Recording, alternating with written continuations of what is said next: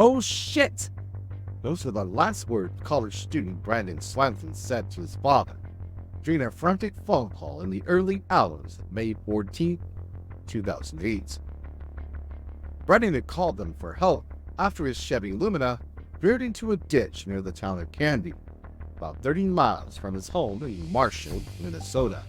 His parents rushed to the location he described, but they couldn't find him. Despite a massive search effort in the days that followed, 15 years later, no solid leads have emerged about what really happened to Brandon. I'm Doug Duncan, and welcome to another episode of Darker Things. Today we're diving into the baffling disappearance of Brandon Swanson. In the blink of an eye, he vanished without a trace. Was it a kidnapping? Foul play? A hit and run? Some even speculate about an alien abduction. Whatever it was, we're going to explore. Let's head to Marshall, Minnesota and delve into the unsolved and mysterious disappearance of Brandon Swanson. Brandon was the only child of Brian and Annette Swanson.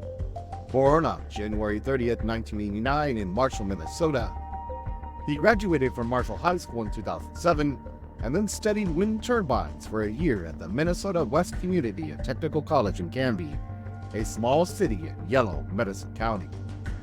On May 13, 2008, the semester ended. Everyone was ready to celebrate. Brandon went to a couple of parties, first in the town of Lynn near his home in Marshall, where he had a few drinks. Later, he headed to another friend's house in Canby to say goodbye to a classmate. Witnesses and friends confirmed that while Brandon drank, he wasn't heavily intoxicated. Around midnight, he left the party in Canby to head back to Marshall. Instead of taking the direct route along Highway 68, Brandon opted for backcountry farming lands, likely to avoid police checkpoints. He was, after all, guilty of underage drinking. But at about 1:30 a.m., he found himself in trouble when his car ended up in a ditch on Leon Lincoln Road, also probably because of his underage drinking. Unable to get the car out, he called his parents around 1:54 a.m. Brandon wasn't sure of his exact location, but he had a general idea. His parents drove out to find him, staying on the phone with him to try and hone in on his location. Despite occasional dropped calls, Brandon assured his parents he was fine and just needed to be picked up. He even flashed his car lights to signal them. But after a while, they still couldn't find him. Impatient and frustrated, Brandon left his car and started walking.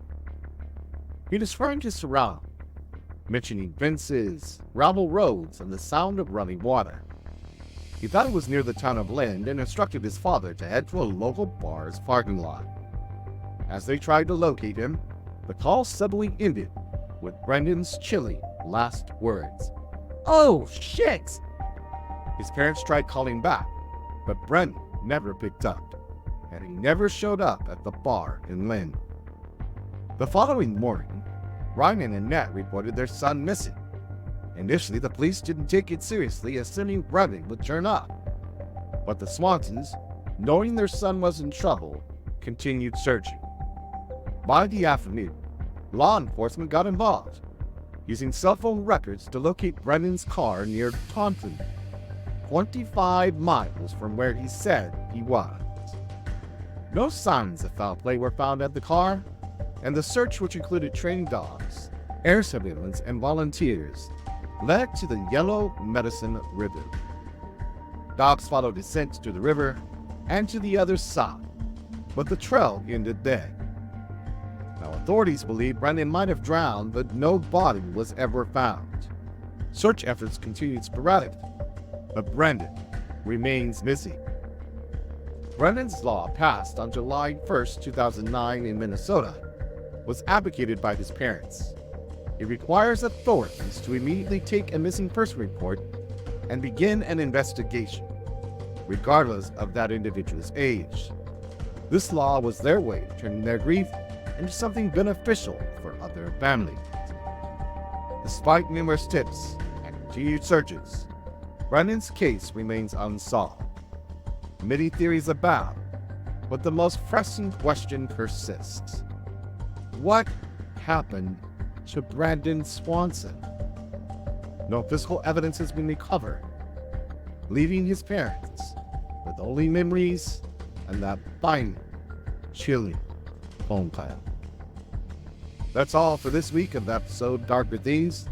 Stay tuned and remember, once you enter the dark, you may never be the same.